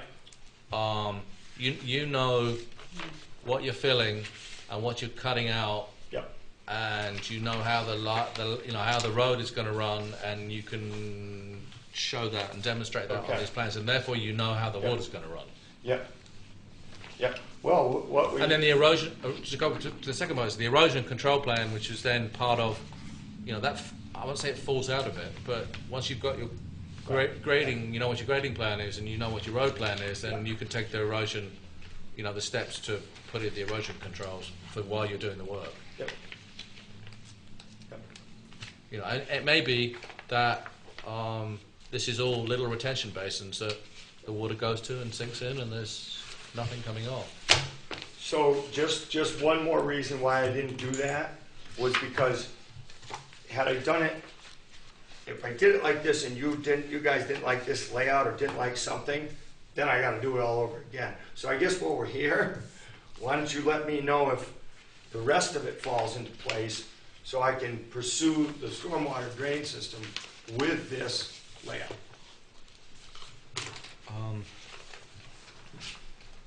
Sort of another concept. No, review. I quite like this plan, quite like this layout. I like the fact that you've got houses all looking in on each other rather than streets back to back. I think that's gives more of a community feel. Yep. I think that having an area in the middle that's open common space, or whatever we're going to call it, open space, is a nice feel too. I mean, we don't dictate how the things should look. We can comment on it, but if this is the street plan that you'd like, then I think this is providing the grades are right. Like as I say, I can't tell. That's actually why we did it, more for stormwater, believe it or not. Stormwater is so prevalent in this. We actually designed it around that almost. You know what I mean? Because he told me this would be the easiest layout for him to make work with stormwater. This particular one, out of like 6 or 8 that we did. So that's why I chose this one. And the fire department liked it a lot too, and Public Works liked it all.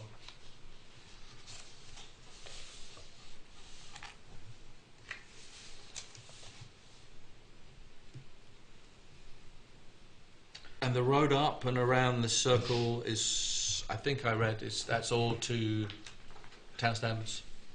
So it's not as wide as, but it's built. The road is to town standards. Yeah, and I met with Gary once on that, and he said 18 feet is good. Any bigger than that, they're going to go too fast anyways. And he said, why don't you either raise your sidewalks or push them back so they don't like hit somebody plowing kind of thing. Because I do want to set it up so the town can take it over.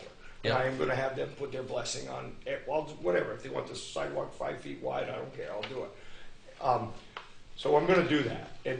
But I was a little confused because Gary said to me, well, you got to raise it up and have a curb. Right? And we prefer it to be granite, but you can do concrete. Then he said, or you need grass between the two. So I put grass between the two. And that's what I'd like to have, the same level, like what Joe was saying earlier about plowing, snow blowing. If it was street and then my little grass part and then the sidewalks, I could just snow blow right up through there. But if the town requires a curb, that's completely acceptable. I don't believe the town. I don't believe the town will require you to granite curb that all the way down. Good. Actually, you probably have a ditch on only one sidewalk and a ditch on the other side, right? Well, we actually show sidewalks on both sides around the neighborhood, just for safety probably. I don't know. We just but it's on the main entrance and access is a ditch on one side. Yes. And a sidewalk on the other. And if you set the sidewalk back with a grass median in between. Yes. Somewhere where you can lift snow off the sidewalk onto the grass median or either way, and then you can put snow from the road without covering the sidewalk. That'll be acceptable. Great. Without the curbing, though, right? No. Yeah, I think so. Yeah, as long as it's just fine. a green strip. But I want to make sure Gary goes along with it anyways, whatever he wants. You've put it along the sidewalk, along the road coming up from Black Mountain, the street lighting. Yeah. And I see quite a few. I'm actually surprised to see there are that many. Yeah. There's no rhyme or reason for that, Spoon. All that is I called my electrician. He said to me, this is what I want you to do, John. Until you know what you're going to do, he said, just put like a 12-foot light every 50 feet. And I said, I got to do the walking areas in between. I said, can we do like a little 2 or 3 foot stand-up thing in between because it gets dark at 4:30, and I got people walking around up there in the winter. I gotta illuminate these sidewalks. So I put in these little 2 to 3 footers. But when I meet with the landscape lighting guy in Efficiency Vermont, they're gonna tell me what I gotta do. And Act 250 is gonna, because they're not gonna want these things shining everywhere. Yeah. So I gotta get closer. I feel a lot better if I get you guys' blessings on this kind of design, so that then I can go get all these people together and I'll dial it in, and I'll get the storm drain thing, and then, go from there. So that'll be a lot more detailed when I get done. But I do like the idea of having lights all the way up that walk. I don't know if I'm required to or not, but it'd certainly be. I always think this is if you would consider this not maybe an area, a small orchard area. Putting in 6 or 8 apple trees, a few pear trees. That'd be great. That where that would go good. Where am I here? Right here. Where you come up, everybody would see them out here. Yeah, but it'll help with the food sustainability issue around here. That's becoming very important and will become more important. And a lot of these people would enjoy having that around. They definitely would. They can have a garden too. I got 6 acres of farm down there. If they want a community garden, they can have gardens in their backyard. I don't know if you look through in detail enough to see what we're doing with the trash, but it's going hidden in recyclable containers behind the carports. I noticed those. And if they park their car too close on the left, I can walk. We're going to actually pick up their trash, weekly, and recyclables just in house. I had a trash company meet me and talk it over with me, and he said, John, that's a 20-minute route. Just pick it up yourself. Bring it down, dump it. So we'll do it maintenance-wise ourselves for now. Can you just talk a little bit about the community centre in the middle? Yeah. You got a community centre and an office, like a management office in the same. Yeah. And community centre is basically because a lot of these people, these are smaller units, and they might need a birthday party or, bingo or something. So we're putting a community center, and it'll have an exercise room, you know, a meeting room and a little kitchen, and a big patio for outdoor activities. I think it's gonna be open, you know, all during the normal hours. They'll have card keys to get in.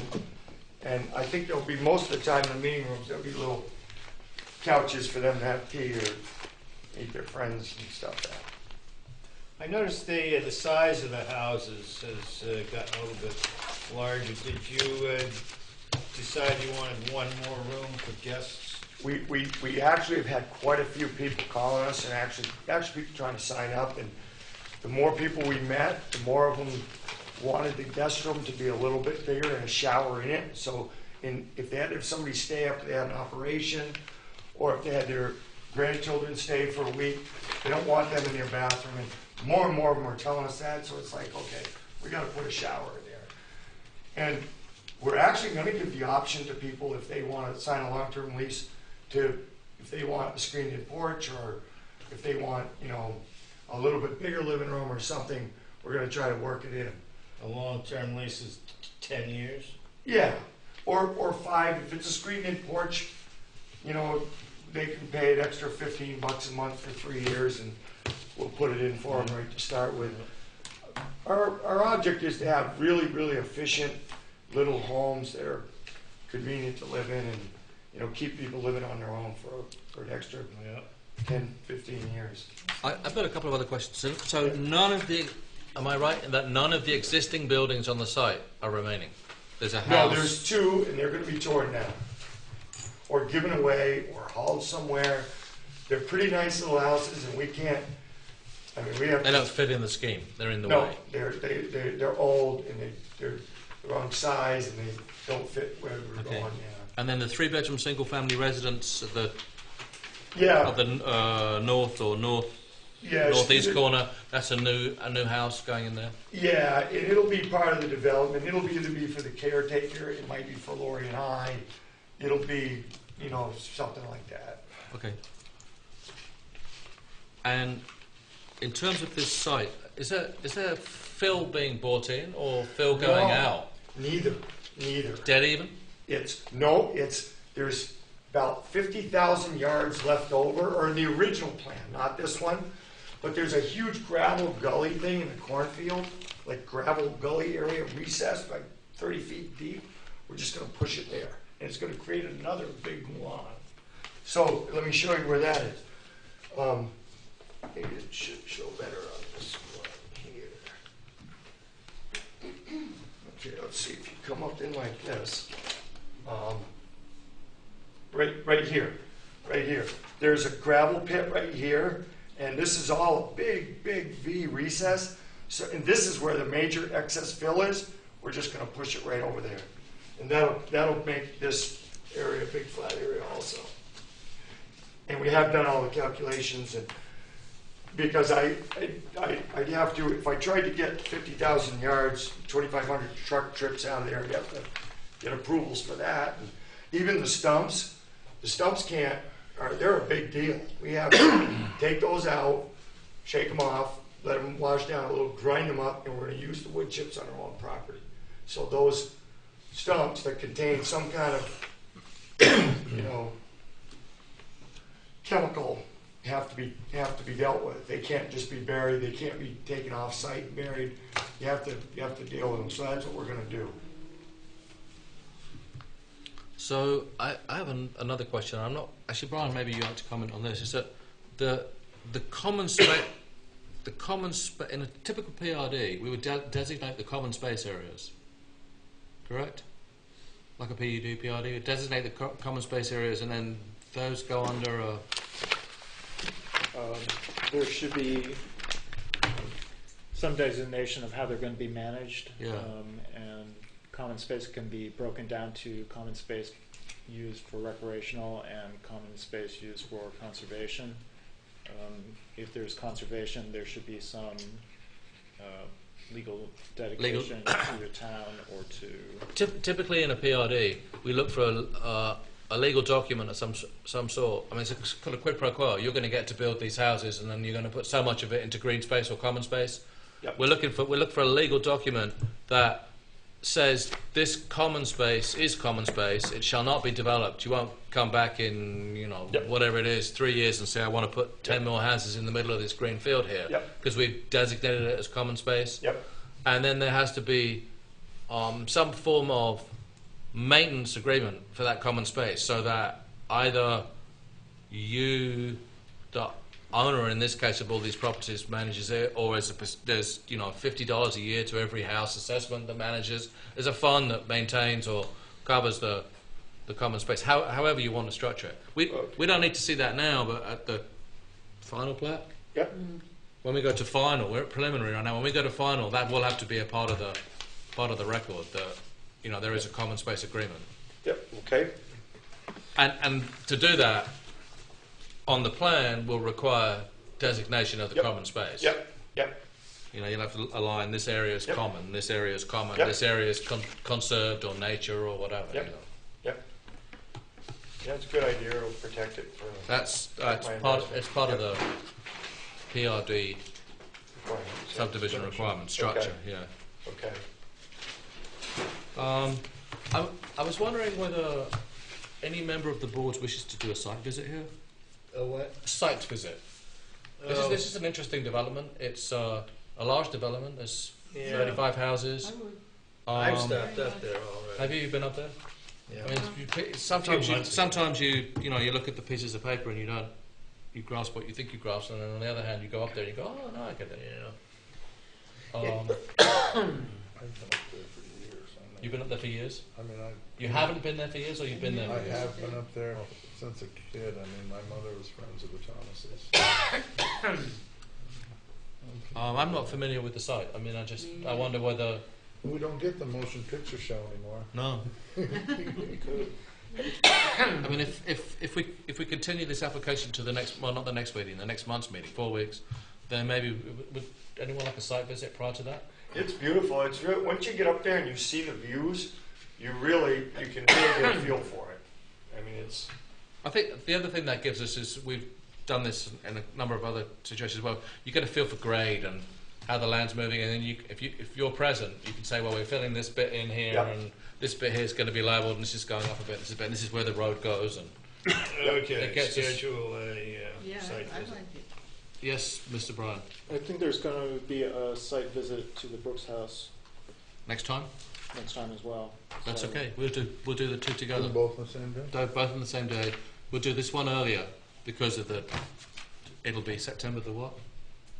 I'm worried about the light particularly, 17. but September 17th.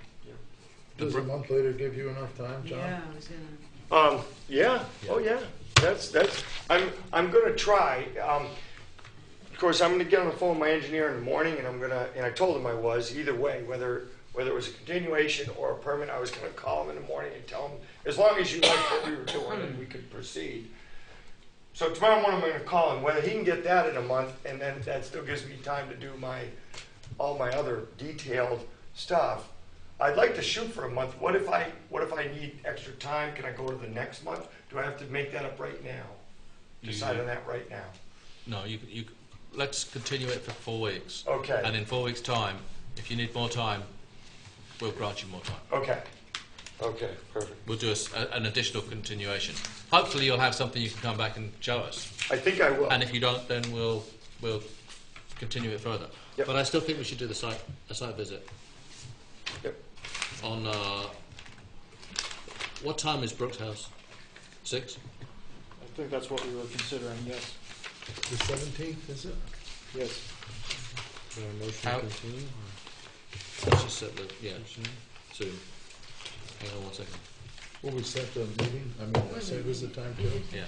Will we go for 5 then? Meet up there on County Road at 5 or Is it? What's the light going to be like? Fine. at 5? That Five. would be fine. At 5? It was about 7:15 tonight when it started getting pretty dusk. 7:45 is sunset today. We're around 7:45, 7:46. I'm interested in 1 month from now. Oh, so it's about 3 minutes a day. So that's 90 minutes earlier. Yeah, so what would it be? 6:15. So, So if we get there at 5, I mean, the Brooks house will be lit by then, so we... if we go here first. So when's the visit for? this? 5 o'clock. It's 5 okay? 5 o'clock on the. Yeah, 5 or just September before 17th. 5. Yeah. 17th of what? So- This week? September. September. Oh, Tim, is that the night the meeting is also? Yes. 17th is Yeah. Yes. Monday. Okay. So we would go to, we'd visit this site, we'd meet at this site, okay, and then we'll leave that and we've got to go to the Brooks House apparently, or that's being planned, and then we come here Yep. and continue. So I'm looking for a motion to continue application 2012-115 till the 17th of September. So moved. Second. Who was second there? All those in favour? Aye. Those against? Nay. Actually, I've got two or three other things before you leave, unless you need a break. Rich, I just wanted to catch, hold on one second, I just want to catch, I want to show something. Short recess. 3 minutes. Just occurred to me, is this the old house there? Is there? No. Oh, No. isn't it? I just thought that were a temporary.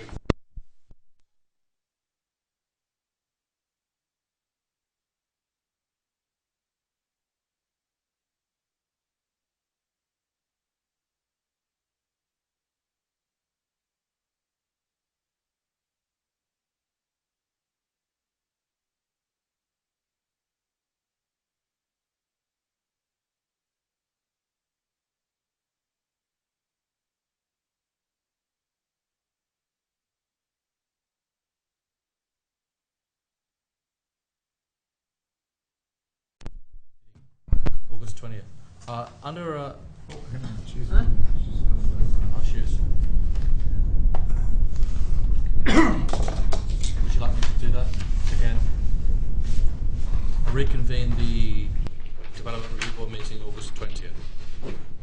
Under administrative matters and new business or other business, I got three things to talk about or to let you know about and get some opinions on.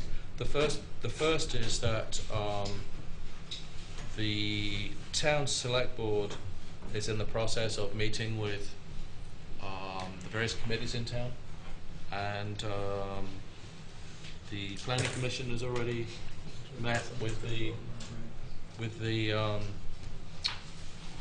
select board. They requested that a representative or the DRB meet with them tomorrow night.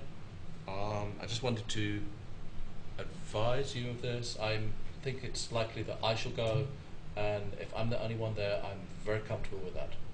It will be a very brief review of what the board does. We will not deal with applications past, present or future. We will deal with Is it on the record?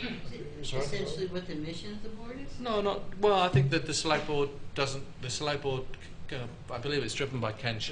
Ken has decided that it would be a good thing for the select board to meet the boards that it appoints in town and find out how's it going, what they're doing. This board is different in so much as we're quasi-judicial and we don't have goals and we don't have an agenda and we're not making policy. We're really dealing with hearings, but they've invited all boards, and I personally am somewhat reluctant to meet with them, as we are strictly an apolitical board. Yeah. There is no policy dealt with by this board. The select board is apolitical board. It's a board that's voted for by the public. I think this board's independence is critical to the way that we operate. But on the other hand, I think if I, as the chair, went and had a 5-minute conversation with them, that this would be fine. And it's tomorrow evening. If anybody else wishes to join us, then that would be fine too. But Does it mean on the agenda for the select board? Is it on the agenda? It is on the agenda. Yeah. Do We know were when? notified after our last meeting. We had our last meeting in the middle of last month, and we were notified on the 27th that they would like a Yeah, I guess I'm fine. I do think, I think you see the issues that we need to make it clear that we're independent Yes. of the select board and any other part of the town. So I think you'll speak well for us, and I have no concerns about that. I do have a little regret that you were notified about this after their last meeting, or after our last meeting. I was notified on the 26th and 27th. last month, yeah. And we only now hear about it. It seemed like the kind of a thing that once you had the information, you should have just fired off an email to all of us.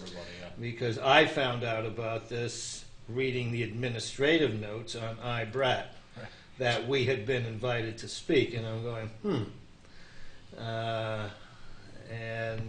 it seemed like something we all should have known about as soon as that. Conceivably.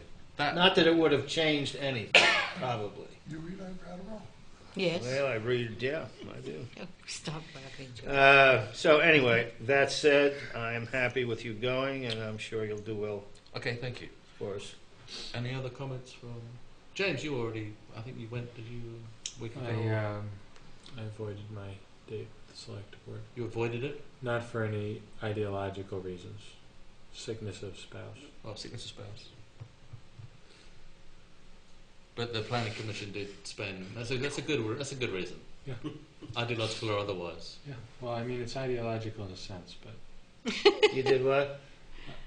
My wife was sick. Your wife was sick? Yeah. Rod went.